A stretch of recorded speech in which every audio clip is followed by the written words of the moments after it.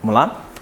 Então, e aí gente, tudo bem? Eu sou o Vitor Vaz e, cara, honestamente eu tô um pouco perdido aqui porque pela primeira vez nesse canal eu não tenho roteiro pro que eu vou falar. Esse vídeo aqui foi totalmente gravado no imprevisto, eu não planejava fazer isso aqui, mas, enfim, surgiu o momento e eu tive que fazer. Então, a ideia disso aqui é ser muito mais como um bate-papo descontraído aqui.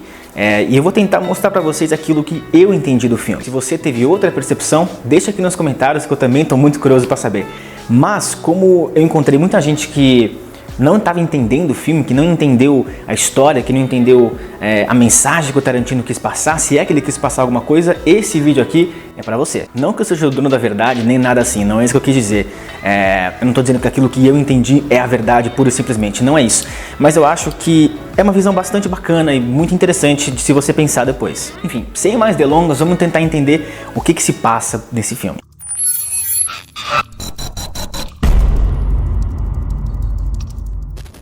Eu achei que estava tudo numa boa, até que várias pessoas começaram a falar que não entenderam o filme e que simplesmente são 3 horas de pessoas conversando e que nada acontece. E eu não podia discordar mais disso. Por isso, nesse vídeo aqui, rapidinho, eu vou tentar explicar para vocês mais ou menos o que eu entendi, a mensagem que o Tarantino está tentando passar pra gente. Esse filme é uma tragédia. Não no sentido que você está pensando, não. É um outro tipo de tragédia. A tragédia grega, a tragédia clássica. Deixa eu tentar explicar melhor. É o seguinte, existiam 2 tipos de história, a tragédia e a comédia. A tragédia é quando as histórias acabavam de maneira geralmente ruim. Então, por exemplo, pega Romeu e Julieta, é uma tragédia, certo? A comédia, por sua vez, é quando as histórias acabavam de maneira geral de forma positiva. E você até pode estar se perguntando, mas Era Uma Vez em Hollywood não termina com a Sharon Tate viva e os assassinos dela, ou não assassinos no caso, mortos? Então acaba bem. Então o filme deveria ser uma comédia, de acordo com o que você está falando. Segura essa bunda na cadeira aí que eu vou explicar isso mais pra frente. Mas antes de começar pelo final do filme, que tal a gente começar pelo começo dele? Esse filme, ele trata de algo muito específico na história do cinema, que é o período de transição da velha Hollywood pra nova Hollywood. Pra galera que não conhece muito bem assim, que não conhece muito a fundo a história da 7ª arte, eu vou tentar explicar mais ou menos pra vocês. Não, o cinema não começou com Hollywood, mas foi graças a ele que o cinema se tornou uma indústria. E essa era de ouro de Hollywood começou basicamente dos anos 20 até os anos 60, que é justamente a época onde o filme se passa. E justamente nessa época onde Hollywood estava se tornando uma mega potência global, que vários nomes extremamente importantes dessa arte começaram a surgir. Entre as principais estrelas da era clássica dessa velha Hollywood estavam nomes como Humphrey Bogart, Marlon Brando, John Wayne, James Stewart, Buster Keaton, Claudette Colbert, Burt Lancaster, Gregory Peck, Elizabeth Taylor, enfim, é uma galera que ficou extremamente importante. Inclusive essa aqui, ó, a Marilyn Monroe, cara, que se tornou um dos grandes ícones dessa velha Hollywood. E vários gêneros cinematográficos começaram a se consolidar e se popularizar durante essa época. Que, aliás, Era Uma Vez em Hollywood mostra isso muito bem. Filmes como O Mágico de Oz, O Vento Levou, Spartacus, enfim. E esse filme começa justamente quando essa gloriosa fase, essa grande fase do momento cinematográfico mundial, a Era de Ouro de Hollywood, tá se desfazendo, tá terminando, dando entrada para nova Hollywood, que dura mais ou menos dos anos 60 ao 80. Esse é um filme sobre passagem de tempo, sobre você entregar a tocha, digamos assim. Então, de um lado, a gente tem aqui a velha Hollywood, representada pelo DiCaprio e pelo Brad Pitt. E do outro, a gente tem a nova Hollywood, representada pela maravilhosa Margot Robbie, que está se deliciando dos frutos da sua brilhante e futura carreira. Aliás, a própria escolha dos atores não poderia ser melhor. De fato, o DiCaprio e o Brad Pitt são veteranos no cinema, atuam desde que eram crianças, já fizeram filmes de todos os gêneros e passaram na mão de vários diretores diferentes. E para nós, o público mais jovem, de fato, eles representam uma velha Hollywood. A Hollywood que, por exemplo, os nossos pais conhecem. Enquanto que do outro lado a gente tem a perfeição, a Margot Robbie, que ainda nem chegou aos 30 anos e já promete muito nessa carreira. E tendo isso em mente, cara, eu acho que não são só os personagens do filme que estão tentando entender o seu espaço nessa nova indústria, mas acredito que seja o próprio Tarantino, se perguntando se ele ainda é relevante para o público ou se ele já faz parte de uma Hollywood que não existe mais. Afinal de contas, é muito curioso isso, porque o próprio Tarantino veio de uma época pós-nova Hollywood, que começa mais ou menos depois dos anos 80, onde grandes nomes também surgiram. Nomes como Paul Thomas Anderson, Spike Lee, Robert Rodrigues e o próprio Tarantino também. Mas por que eu tô dizendo isso tudo, cara? Por que eu tô dizendo que o Tarantino tá se perguntando se ele ainda é relevante? Porque hoje a gente tá vivendo na era dos streamings, na era digital, na era das massas. E eu realmente quero dizer massa aqui.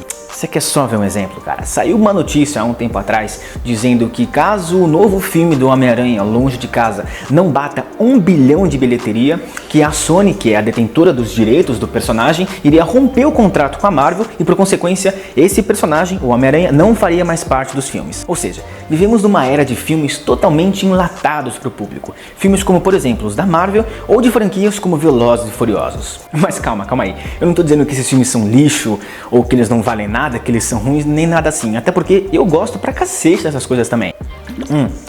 O que eu quero dizer aqui é que os filmes da Marvel, por exemplo, definitivamente não são filmes autorais. Ou seja, são filmes enlatados, industrializados, eles não possuem aquela mão forte de um diretor. São filmes que, por exemplo, todos têm que seguir um mesmo padrão, uma mesma fórmula. São filmes que têm pouquíssima liberdade artística e são coisas que, por exemplo, diretores como Tarantino desprezam. Não, eu não estou dizendo que Tarantino odeia os filmes da Marvel, ele até pode gostar, mas estou dizendo que o Tarantino, junto com outros grandes diretores dessa época, detestam esse sistema. E é justamente numa era onde filmes são obrigados a passarem a marca de 1 bilhão, onde cada filme tem que ser interconectado com outro, que o Tarantino se pergunta esse tipo de coisa. Se há espaço para diretores como ele no cinema atual. Ou se, assim como no filme, o ator Rick Dalton, interpretado pelo DiCaprio, tem um prazo de validade. Nessa versão revisionista do Tarantino, a Sharon Tate não foi assassinada e o filme termina quase que literalmente com as duas gerações do cinema de mãos dadas, aguardando o futuro otimista. O filme termina com o Rick Dalton finalmente conhecendo a Sharon Tate e ambos vão para casa dela trocar uma ideia. Isso seria um final feliz, certo?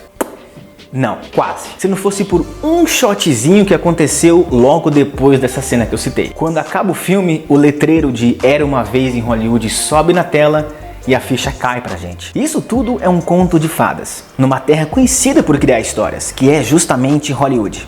O filme, além de contar uma história sobre metalinguagem, é uma metalinguagem por si só, desde o título do filme. Não, a Sharon Tate não sobreviveu no final. Ela foi tragicamente morta, esfaqueada inúmeras vezes enquanto estava grávida de 8 meses. As duas gerações de Hollywood não terminaram de mãos dadas. A violência começou a tomar conta de Hollywood e dos Estados Unidos desde então. Uma nova fase de filmes e diretores surgiram com uma proposta totalmente diferente daquela que então estava predominando. Diretores como Steven Spielberg, James Cameron, Francis Ford Coppola, Martin Scorsese, uma galera começou a surgir. O próprio Kubrick começou a surgir nessa época também. Então, sim, sobre aquela pergunta lá no começo, sim, você até pode interpretar esse filme tecnicamente como uma comédia, já que termina tudo bem no final. Mas a partir do momento que o letreiro sobe, o filme acaba e a gente cai na real, que o filme se torna completamente uma tragédia. Diretores como o Tarantino são de uma fase que talvez esteja acabando com o advento desses novos filmes hiper blockbusters com um orçamento cada vez maior que tem que cumprir metas completamente absurdas. Talvez a gente não tenha um Tarantino, um Scorsese, um Kubrick por um longo tempo. Era uma vez grandes diretores. Não, eu não tô dizendo que não existem grandes diretores atualmente, mas eu acho que você entendeu onde eu quero chegar. Esse é o Tarantino nos lembrando que, infelizmente, esse não é o mundo que vivemos e que Hollywood, na verdade, não reflete a vida como ela é, mas sim como gostaríamos que fosse, fornecendo escapismo e catarse. E isso, meus amigos, ninguém fornece melhor que Quentin Tarantino. E por esse vídeo era isso. Então, gente, eu não sei se vocês vão gostar desse filme, não sei se vocês vão gostar desse vídeo aqui, porque como eu disse, é um vídeo totalmente sem roteiros, sou eu e vocês aqui tentando conversar numa boa, tentando entender o que caralho se passou nesse filme e por que ele é tão longo e tem tanta coisa envolvida, mesmo que pareça que não tenha uma história por trás. Eu espero que vocês tenham entendido, cara. Eu tentei fazer aqui o meu melhor num prazo muito curto de tempo. Então escreva aqui nos comentários se vocês gostaram desse filme ou não, se ele se encaixa entre os melhores filmes do Tarantino ou tá lá embaixo entre os piores. Eu quero muito saber a opinião de vocês. De resto, cara, eu me chamo Vitor Vaz, eu vou deixar o meu Instagram aqui na tela pra vocês me seguirem e um abraço, um beijo e até mais. Ah, tá bom. Eu sou o Vaz e até mais.